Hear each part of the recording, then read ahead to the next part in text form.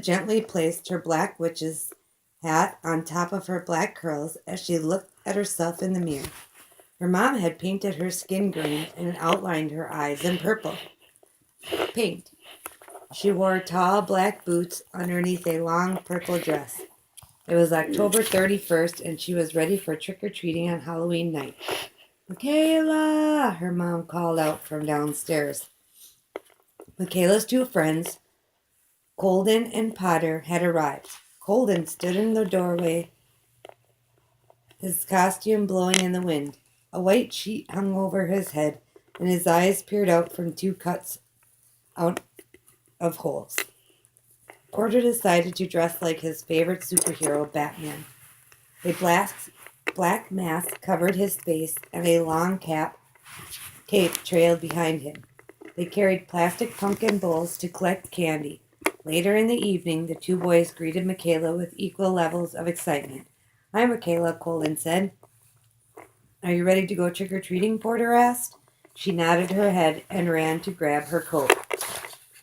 "Let's go, everyone," her mom called out, and they all marched out the front door. All around them, children and parents walked from door to door in colorful costumes. Carved jack-o'-lanterns sat in front of houses, candles shimmering inside the orange pumpkins.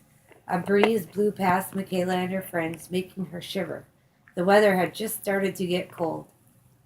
Michaela remembered her class earlier that day, when the teacher talked about the origin of Halloween. Mrs. Norrell told Michaela that her classmates that the holiday started with an ancient festival called Harvest Day. Samhain, 2,000 years ago in Ireland. The word Samhain means summer end,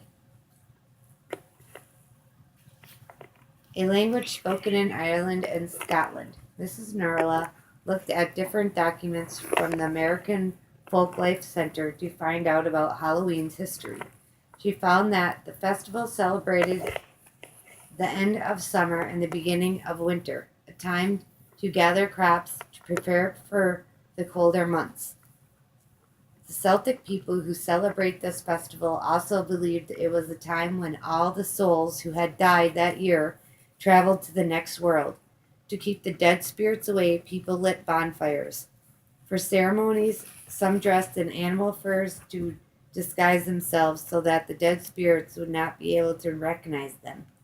Mrs. Norrell said that this is one reason why we might still dress up in costume today.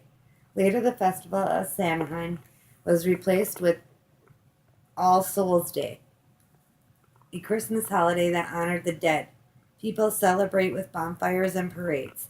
They also dressed up in costumes as saints, angels, and devils.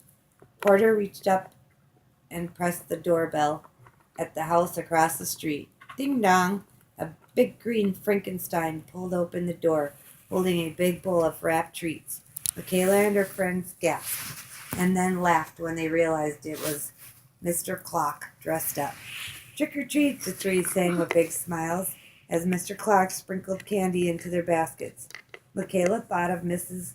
Narla again. In the 1800s, many people from Ireland and Scotland came to the United States to start a new life, the teacher told her students earlier that day. Even though their ancestors had their own trick-or-treating traditions, they started their own in their new country. Mrs. Norrella had read an article by Benjamin Radford, a man who researches science and history, who wrote that teenagers in those communities started to play pranks during Halloween celebrations. Adults tried to stop the pranks by giving children candy instead, and tradition still remains today with the children all around the world dressing up for candy.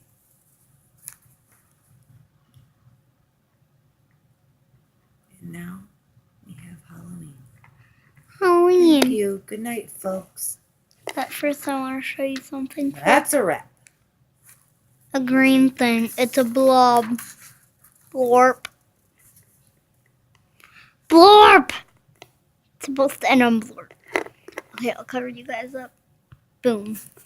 There ended.